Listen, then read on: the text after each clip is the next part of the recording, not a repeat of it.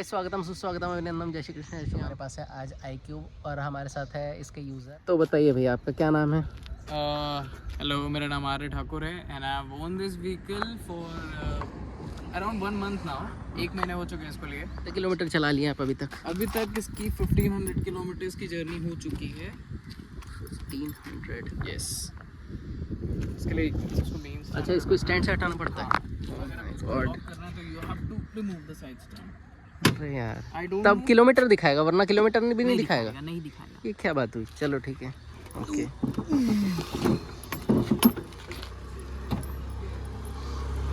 Breaks, power button there. Okay, उसके बाद ये सब चालू होगा। हाँ, 1 सेकंड में इसको बढ़ा देता हूँ जरा। डिस्प्ले ब्राइटनेस,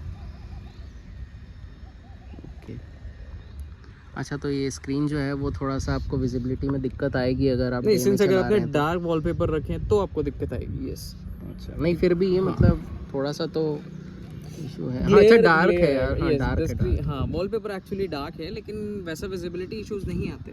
1505 किलोमीटर चल चुकी है। 72% इसमें चार्जिंग है अभी। और इसने थोड़ा डार्क वॉलपेपर लगाया हुआ है, इसलिए शायद ब्राइटनेस अच्छे से नहीं दिख रही। बाकी ठीक ठाक ही होगी, I think so. Range around 127। Range 127 kilometre दिखा रहा है 72% में ना। ओके ठीक है। तो हम सबसे पहला क्वेश्चन है हमारा कि आपने मतलब iQube ही क्यों पसंद की? मार्केट में एक्चुअली बहुत सारे ऐसे कंपेटिटर्स थे तो मैंने थोड़ा बहुत इस पर रिसर्च किया एंड देख लिया मैंने मार्केट। जैसे अपन एक्टिवा खरीदते हैं, पता है लो मेंटेनेंस गाड़ी, तो सेम वही थॉट प्रोसेस के पीछे भी था कि उतना ज़्यादा खर्चा ना है, तो मैंने इसी को ले लिया। एंड रेंज वगैरह इसने अच्छा ऑफर किया। बेस्ट इन क्लास रेंज था 212 या 215 समथिंग की रेंज बोल रहे हैं, बट 175 को निकल के आ जाएगी इसकी इको मोड में। एंड अगर आप पावर पे स्विच करते हैं तो अराउंड 100 तक चली जाएगी। अच्छा, और ओला एथर क्यों नहीं? सिंस से हब मोटर है इसमें, सो इसमें जो उसका मेंटेनेंस आता है वो रिलेटिवली चीप होता है और बेल्ट ड्रिवन में थोड़ा ज़्यादा कॉस्टली साइड में आता है। एंड द पॉइंट इज इसका सर्विस सेंटर, इसका जो सर्कल है, आप बोल सकते हैं जो वेब है सर्विस सेंटर, टीवीएस का तो नाम ही है। डिलिबरेटली बहुत बड़ा है एज कम्पेयर टू एथर या ओला। एंड ओला इनफेमस है ऑलरेडी बैड सर्विस सेंटर्स के लिए, सो मैंने रिस्क नहीं लेके इसको ले लिया। But of a safer choice.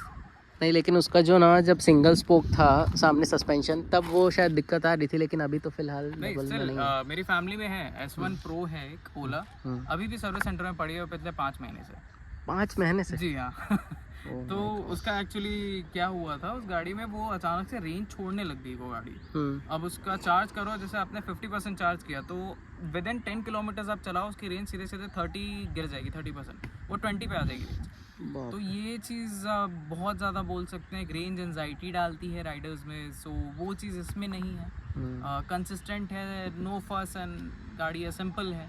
जो चीज़ आपको चाहिए मोर देन एनफ, सब चीज़ें हैं, TPMS वगैरह सब कुछ है। लेकिन डेलिबरेटली उतने ज़्यादा फीचर्स नहीं दिए गए हैं ताकि लोग कंफर्टेबल रहें। आपने ST क्यों मॉडल चूज़ किया? मतलब सिंस मेरा रेगुलर रनिंग थोड़ा ज़्यादा था कंपैरेटिवली, तो मुझे ये लगा कि जो उसके नॉर्मल वेरिएंट्स थे they weren't really cutting it, so इसलिए मैंने एक ऐसा वर्जन पिक किया जिसको मुझे एक बार यूज़ करूँ तो मैं रेगुलर चार्ज ना करना पड़े। सो उसका ऐसा है कि अगर आपकी running around 100 something kilometres per day है तो आप कंफर्टेबली इसको चला सकते हैं।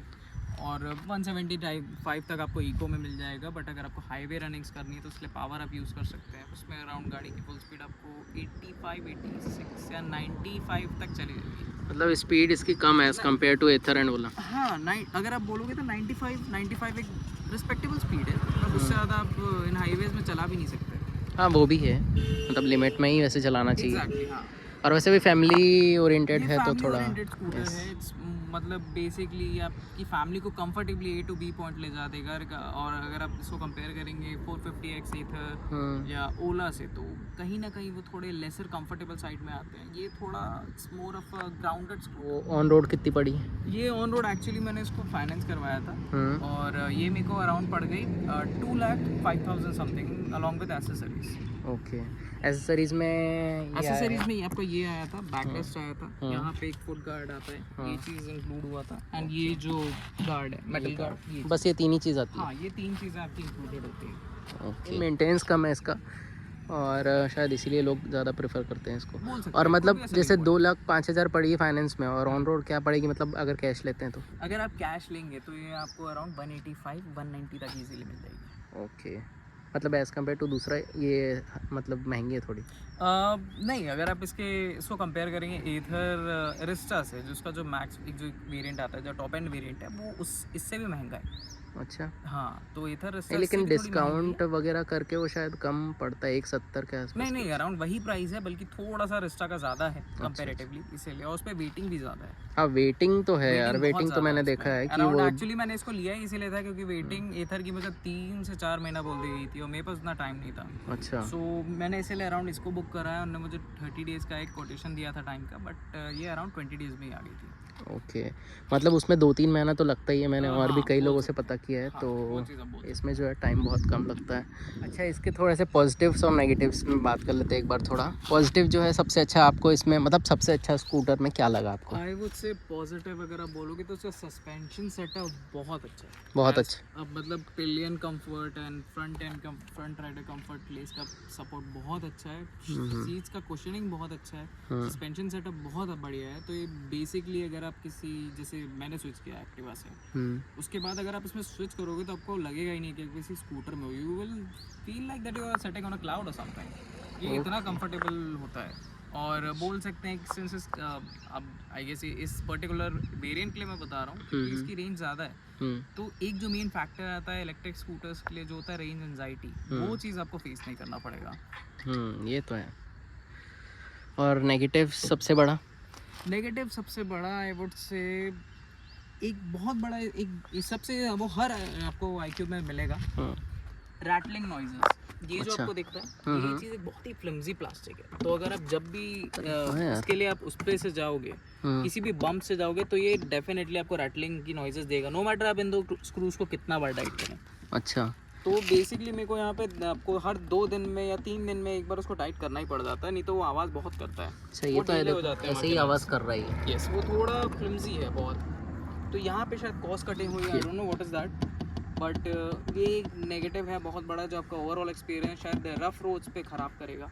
ओके, ये ऐसा क्यों है यार? लेकिन सर्विस सेंटर में आपने कभी चेक नहीं कराया क्या? मैंने एक्चुअली कराया। उन लोग ने फिर एक स्क्रू ड्राइवर ला के उसको फिर से टाइट कर दिया। वो कुछ आवाज़ के लिए फिक्स हो गया, उसके फिर से उसमें आवाज़ आने लग गई। अच्छा, मतलब ये रोज का है काम सो यस, मैं फिर समझ गया मेरे को करना क्या है, तो फिर मैं सर्विस सेंटर नहीं गया, मैंने खुद ही टाइट करना स्टार्ट कर दिया। है।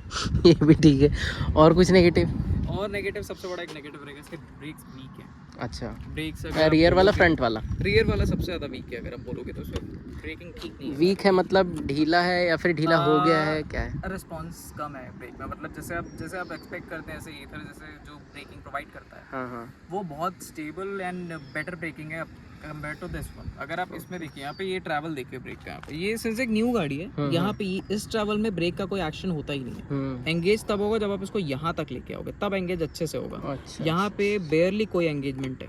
अच्छा, हाँ, फिर तो मतलब ये तो दिख ही रहा है ये हैजर्डस हो जाता है अगर आप हाईवेज में या स्लिपरी रोड्स में काम कर रहे हैं, तो थोड़ा दिक्कत आती है। फिर जैसे आपको सडनली कहीं ज़रूरत है रुकने की। और वैसे भी 1500 किलोमीटर्स में मुझे नहीं लगता कि ब्रेक का ऐसा इशू होना चाहिए। तो exactly, हाँ, ये एक आप बार एक्सपेक्ट नहीं करते किसी नई गाड़ी से। तो शायद इसमें पहले से ही ये दिक्कत हो सकती है। एंड कुछ इसके प्लस पॉइंट्स भी हैं आपके पास, जैसे कि आप बोल सकते हैं कि आपको टोइंग हुक वगैरह अच्छे से मिल जाएंगे यहाँ पे। सॉरी, टोइंग हो गया, सॉरी, हुक्स आपको बहुत सारे यहाँ पे मिल जाएंगे जो हैंग करने के लिए सामान वगैरह आप ये कर सकते हैं। यहाँ पे भी एक है, ये हैवी ड्यूटी है थोड़ा, इसकी आपकी लिमिट से 3 kg की, उससे ज़्यादा ग्रॉस मत करिएगा नहीं तो टूट जाएगा। अच्छा। ये एक्चुअली चेंज किया हुआ है मैंने। एंड ये टॉप वेरिएंट की की है इसकी, ये डिफरेंट है, सिर्फ इसी में ऑफर होती है। सो आई वुड से इसमें टॉर्च भी है। यस, इसमें टॉर्च भी है, उसका एक यूज़ थोड़ा वियर्ड है, मैं आपको बताऊंगा। देखो, अब जैसे नाइट में आप कर रहे हो, right, so what you have to do is look for the key hole, right. So आप क्या करोगे, आपको नहीं दिख रहा है तो आप इस टॉर्च को जलाओ, आपको दिख रहा है, now you can press your की इनसाइड। ओके, थोड़ा एक स्मार्ट सा फीचर है, आप बोल सकते हैं, लेकिन एक बहुत बड़ी कॉस्ट कटिंग बोल सकते हो, या फिर एक बेसिक सी चीज़ जो हर गाड़ी में आती है जो इसमें नहीं है, boot light. Okay, boot light नहीं है यहाँ यार, बूट लाइट नहीं मिलेगी आपको। बस ये मिसिंग है तो थोड़ा। ये मिसिंग है।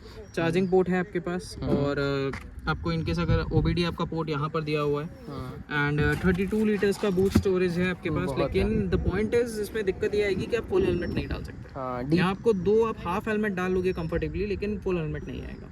अच्छा, मतलब डीप नहीं जाएगा। हाँ, डीप नहीं होता, इन डेप्थ नहीं है, हाँ, बोल सकते हो, थोड़ा शैलो है स्टोरेज। ओके, वाइड है लेकिन जो है डेप्थ कम है, तो बड़ा जो है हेलमेट रहेगा वो थोड़ा सा प्रॉब्लम करेगा। तो अब ये बताइए कि आज तक जैसे आपने 1500 किलोमीटर चला दिए, तो इस पे मतलब कितने का पैसा आपने बचा लिया होगा, कुछ आइडिया? आई गेस अराउंड, अगर मैं इसको कन्वर्ट करूँ पेट्रोल यूनिट्स में और उसके बाद करूँ, तो अराउंड मैंने 4000 बचा है, which is not a big deal का given the price अभी of तो the मतलब scooter is 2 lakh something, but ठीक है, हो सकता है धीरे धीरे बच जाए, ना बचे तो बेच देंगे।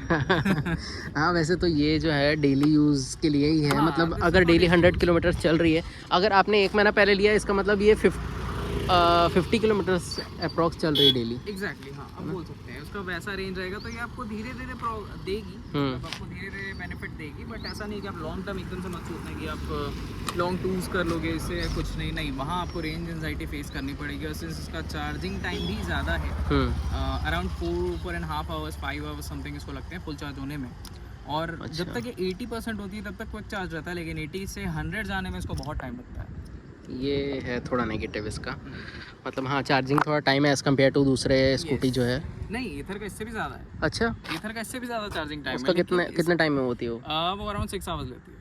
ओके, हाँ, फिर तो ठीक है। ये आपने कभी बाहर चार्ज किया, मतलब घर के जैसे कई स्टेशंस रहते हैं या फिर? एक बहुत बड़ा ड्रॉबैक है इसका, सिंस इसका जो आप चार्जिंग पोर्ट यहाँ पे देखेंगे, ये वैसा नहीं है जो आप शेयर कर सकते हैं। जैसे वीडा एंड एथर का सेम है, तो वो एक चार्जिंग सॉकेट पे इसको चार्ज कर सकते हैं, लेकिन इसको आप चार्ज नहीं कर पाओगे। द पॉइंट इज TVS इसके लिए आपको चार्जिंग फैसिलिटीज उतनी प्रोवाइड नहीं कर रहा है। आपको चार्जर वो ज़रूर दे देता है, लेकिन वो एक्सपेक्ट करता है कि आप घर पे ही चार्ज करो।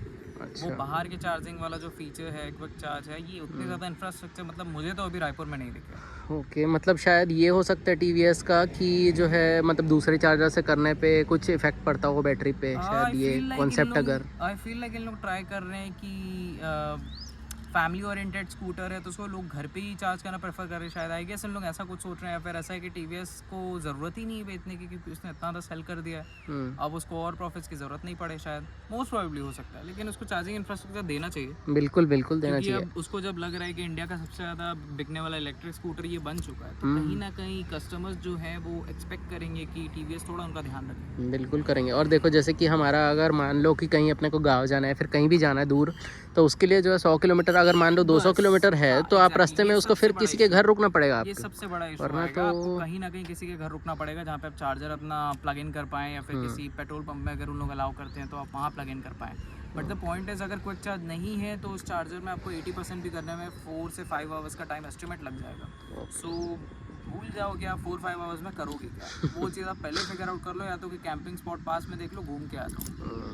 मतलब एक फ़ायदा ये है आपका एथर और ओला लेने का कि आपको जो है चार्जिंग स्पॉट्स हर जगह मिल जाएंगे, बट TVS iQube में थोड़ा सा ये प्रॉब्लम है। बहुत अच्छा है as compare to TVS itself. मतलब ओवरऑल एक्सपीरियंस थोड़ा सा इस चीज़ में इफ़ेक्ट करता है, बाकी जो है मतलब पर्सनल लेवल पे स्कूटर अच्छा है, लेकिन अगर आप ओवरऑल एस्पेक्ट्स देखेंगे तो आपको नेगेटिव्स बहुत ज़्यादा दिखेंगे। कई जगह नेगेटिव्स आपको दिखेंगे, लेकिन सिंस ये नो नॉनसेंस स्कूटर है एंड इसमें आपको उतना मेंटेनेंस नहीं आएगा रिलेटिवली, तो इसीलिए शायद लोग इसी को ले लेते हैं। ये भी ठीक है।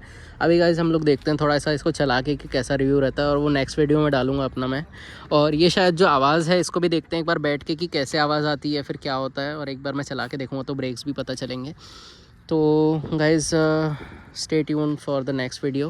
Hope you guys like the video. If you like the video, give big thumbs up, share, comment, subscribe channel. See you in the next video. Thank you so much for watching.